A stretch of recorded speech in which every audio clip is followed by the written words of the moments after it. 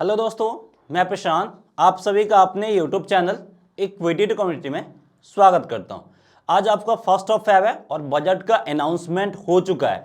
तो बजट में सबसे पहले क्या क्या हाईलाइट पॉइंट है उसके ऊपर हम बात कर लेते हैं। उसके बाद हम देखेंगे कि बजट 2023 में किन किन स्टॉक्स को यहां पे बेनिफिट मिलने जा रहा, उन सारे स्टॉक्स के ऊपर बात करेंगे।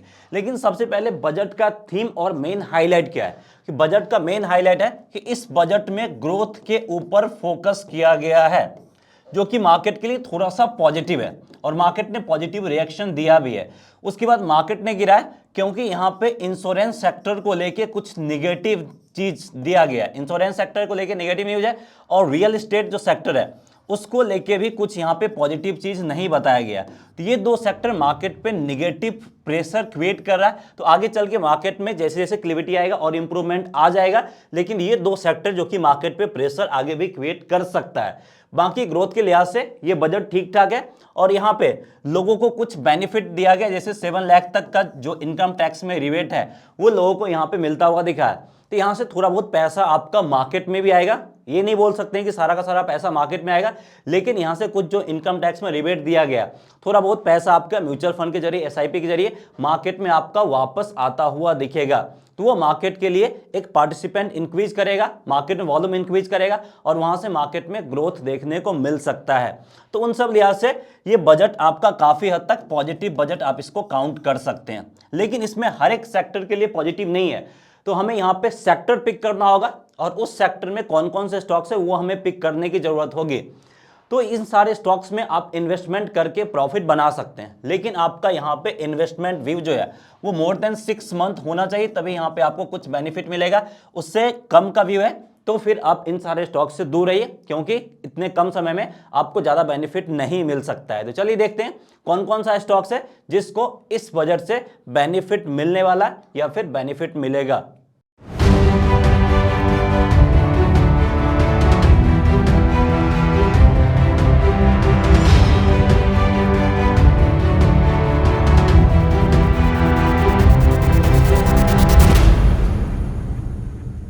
तो यहां पे हम सेक्टर वाइज स्टॉक्स को देखेंगे और सबसे पहले सेक्टर पे आते हैं ग्रीन एनर्जी सेक्टर। इस पे गवर्नमेंट ने काफी ज्यादा फोकस दिया है बजट 2023 में। और इस सेक्टर की अगर हम सबसे पहले स्टॉक्स की बात करें वो है आपका रिलायंस। जी हाँ, आपने बिल्कुल सही सुना, रिलायंस भी आपका ग्रीन एनर्जी सेक्टर में अच्छा खासा पार्टिसिपेट कर रहा है और इसका अच्छा खासा ग्रीन एनर्जी इनिशिएटिव भी है। तो इस लिहाज से भी रिलायंस को यहाँ पे बेनिफिट मिलता हुआ दिख सकता है। दूसरा स्टॉक्स जो इस सेक्टर में बेनिफिट करेगा वो आपका अदानी ग्रीन। तो अभी आपका अदानी स्टॉक्स में थोड़ा सा वॉलेटिलिटी ज्यादा है, इसलिए इस स्टॉक को थोड़ा सा संभालने दीजिएगा और जैसे ही बॉटम फॉर्मेशन होगा या फिर कुछ पॉजिटिव न्यूज आएगा तो ये आपको अच्छे खासे वैल्यूएशन में मिलेगा, फिर वहां पे आप अपने हिसाब से एंट्री कर सकते हैं, यानी तो इस स्टॉक्स को आप छोड़ भी सकते हैं, आपके ऊपर है। तीसरा स्टॉक्स यहाँ पे स्ट्रेलियन एंड विंसर, ये भी आपका काफी हद तक अच्छा स्टॉक्स है अगर हम ग्रीन एनर्जी सेक्टर की बात करें तो इस सेक्टर में से ये 3 स्टॉक्स हैं, बाकी आप अपने हिसाब से भी स्टॉक्स पिक कर सकते हैं। उसके बाद अगर हम नेक्स्ट सेक्टर की बात करें तो वो है आपका टूरिज्म सेक्टर। इस बजट में टूरिज्म सेक्टर पे भी फोकस दिया गया है। तो इस सेक्टर के सबसे पहले स्टॉक्स के ऊपर अगर हम फोकस करें तो वो है आपका आईआरसीटीसी। इसको मल्टीपल फ्रंट से बेनिफिट मिलता हुआ दिखेगा क्योंकि टूरिज्म सेक्टर में इसका अच्छा खासा एक्सपोजर है। उसके बाद दूसरा स्टॉक्स जो टूरिज्म सेक्टर से बेनिफिट होगा वो हमने लिया होटल सेगमेंट से, क्योंकि होटल सेगमेंट को भी टूरिज्म से बहुत ज्यादा बेनिफिट होता है और होटल सेगमेंट का सबसे दिग्गज स्टॉक्स हमने पिक किया है वो है आपका इंडियन होटल। तो टूरिज्म सेक्टर के इन दो स्टॉक्स पे आपको फोकस रखने की जरूरत है, क्योंकि बजट के बाद इन दोनों स्टॉक्स में हमें तेजी देखने को मिल सकता है और ये आपको लॉन्ग टर्म में अच्छा खासा कैपिटल एप्रिसिएशन दे सकता है। इसके बाद हम नेक्स्ट सेक्टर पे आते हैं और अगला सेक्टर हमारा एग्रीकल्चर सेक्टर। इसके ऊपर गवर्नमेंट का हमेशा से फोकस होता है हर एक बजट में और इस बजट में भी फोकस किया गया है। तो एग्री सेक्टर को अगर हम पिक करें तो यहाँ पे हमने पिक किया चंबल फर्टिलाइजर, जो कि आपका एक दिग्गज स्टॉक्स है जिसको बेनिफिट मिलता हुआ दिख सकता है। लेकिन ध्यान देना है ये आपका सीजनल स्टॉक्स है, थ्रू आउट द ईयर नहीं चलता है। जब कोई न्यूज या इवेंट या फिर जब गवर्नमेंट की तरफ से इंसेंटिव मिलता है तभी ये चलता है, अदरवाइज ये रेस्ट करता हुआ देखने को मिलता है। उसके बाद दूसरे स्टॉक्स की अगर बात करें तो यूपीएल, ये भी एक बेहतरीन कंपनी है। तो इन दो स्टॉक्स में भी आप इन्वेस्टमेंट कर सकते हैं जिनका एक्सपोजर अच्छा खासा एग्री सेक्टर में है और इन सबको बेनिफिट मिल सकता है। उसके बाद नेक्स्ट सेक्टर पे अगर हम फोकस करें तो वो है आपका बैंकिंग सेक्टर।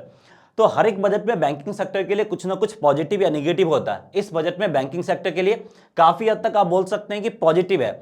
इंश्योरेंस को अलग कर दीजिए और रेलवे को अलग कर दीजिए, क्योंकि उसके लिए यहाँ पे कुछ भी पॉजिटिव नहीं आया। और रियल एस्टेट सेक्टर, इन 3 सेक्टर के लिए आप ये बजट निगेटिव काउंट कर सकते हैं, लेकिन बैंकिंग सेक्टर के लिए काफी हद तक आप इसको पॉजिटिव वे में ले सकते हैं। तो बैंकिंग सेक्टर को हमने 2 दिग्गज स्टॉक को पिक किया, वो है आपका आईसीआईसीआई बैंक और आपका है एचडीएफसी बैंक। दोनों हमने प्राइवेट सेक्टर प्लेयर को ही पिक किया, क्योंकि इन दोनों लोगों ने अच्छा खासा ट्रैक रिकॉर्ड मेंटेन किया। इन 2 स्टॉक्स ने अच्छा खासा प्रॉफिट बना के दिया लॉन्ग टर्म में भी, और आगे भी बना के देगा। तो इसलिए हमने इन दोनों स्टॉक्स को पिक किया बैंकिंग सेक्टर से।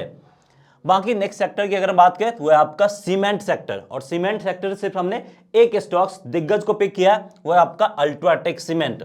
उसके बाद हम अगले सेक्टर के ऊपर फोकस करते हैं, वो है हमारा इंफ्रा सेक्टर। इंफ्रा सेक्टर पे भी जोर दिया गया है। रियल एस्टेट अलग है, इंफ्रा अलग है। तो रियल एस्टेट के लिए निगेटिव है, लेकिन इंफ्रा पे गवर्नमेंट का जोर है, और इंफ्रा सेक्टर के जो भी स्टॉक्स हैं उनको बेनिफिट मिल सकता है।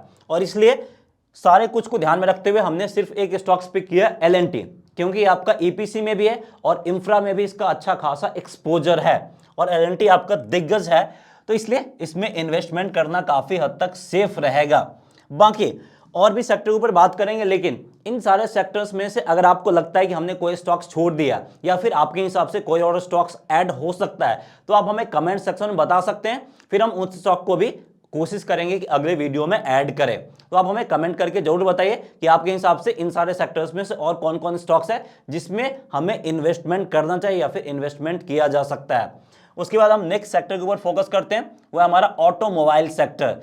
इस सेक्टर के लिए भी बजट में डायरेक्टली नहीं लेकिन इनडायरेक्टली थोड़ा सा पॉजिटिव चीज है, क्योंकि लोगों के हाथ में पैसा आएगा तो वो लग्जरी आइटम पे भी खर्च करेंगे, और सबसे पहला प्रेफरेंस 4 व्हीलर ही होता है। तो इन सेक्टर पे भी पैसा जाता हुआ दिख सकता है।